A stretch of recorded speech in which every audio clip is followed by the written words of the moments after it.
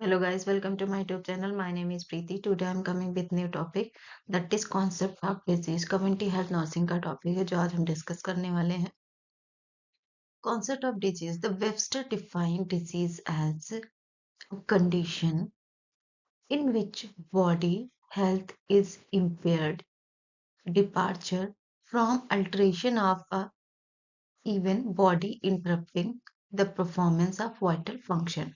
Webster define the disease. Webster ने define किया है डिजीज को कि एक ऐसी कंडीशन जिसमें बॉडी की जो हेल्थ है वो इम्पेयर्ड हो जाती है, डिपार्चर हो जाती है, फ्रॉम अल्ट्रेशन हो जाता है बॉडी में, even body interrupting the performance of vital function, और जो बॉडी के जो वाइटल फंक्शंस होते हैं वो इंटरप्ट हो जाते हैं, वाइटल फंक्शन प्रॉपर काम नहीं करते हैं.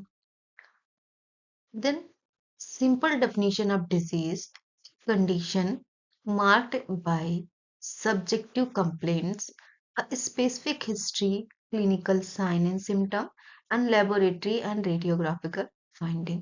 सिंपल डेफिनेशन देखें डिसीज की तो क्या है कि एक ऐसी कंडीशन जो marked by subjective complain. Subjective complain कि जो पेशेंट की कंप्लेन है या किसी भी पर्सन की जो कंप्लेन है, जो कोई पर्सन बीमार है जो अपनी कंप्लेन लेके आ रहा है, ये उसकी स्पेसिफिक हिस्ट्री है जो, या उसके जो भी उस पर्सन में क्लिनिकल साइन एंड सिम्टम्स दिख रहे हैं, या जो उसकी लेबोरेटरी टेस्ट डायग्नोसिस कराई गई उसके बेस यहाँ पे कह सकते हैं कि पर्सन इज को डिजीज है, या रेडियोग्राफिकल फाइंडिंग के बेस पे हम कह सकते हैं कि पर्सन कोई बीमारी है.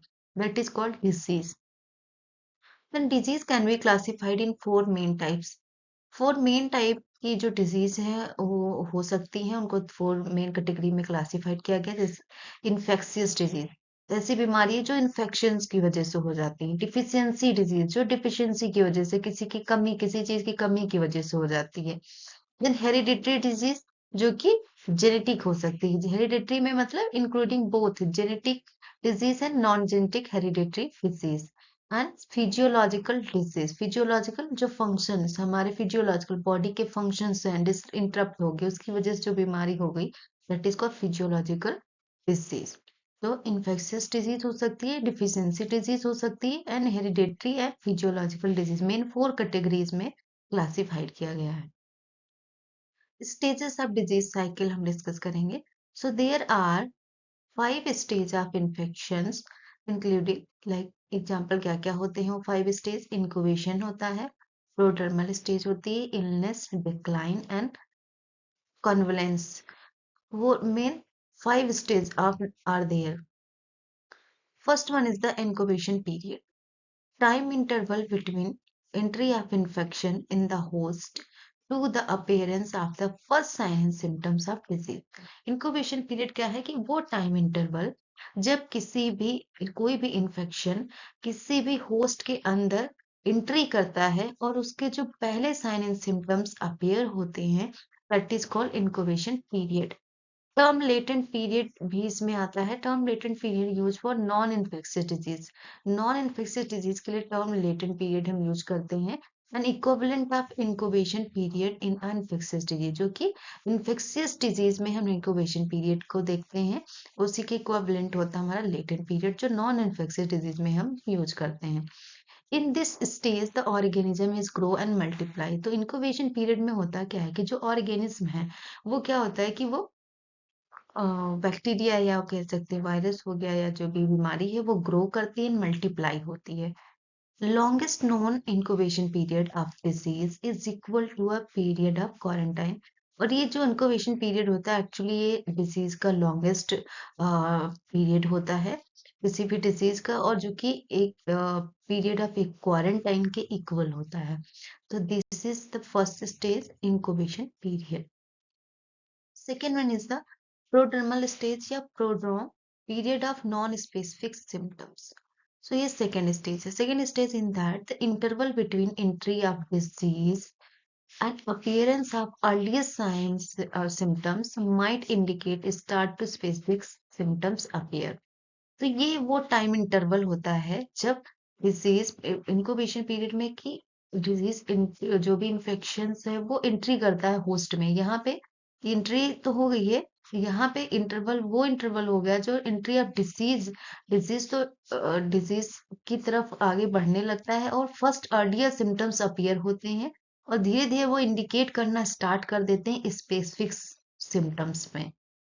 अ symptoms indicative of an approaching disease, और जैसे जैसे सिम्टम्स दिखाई देंगे वैसे वैसे समझ में आएगा कि डिजीज का प्रोग्रेस हो रहा है।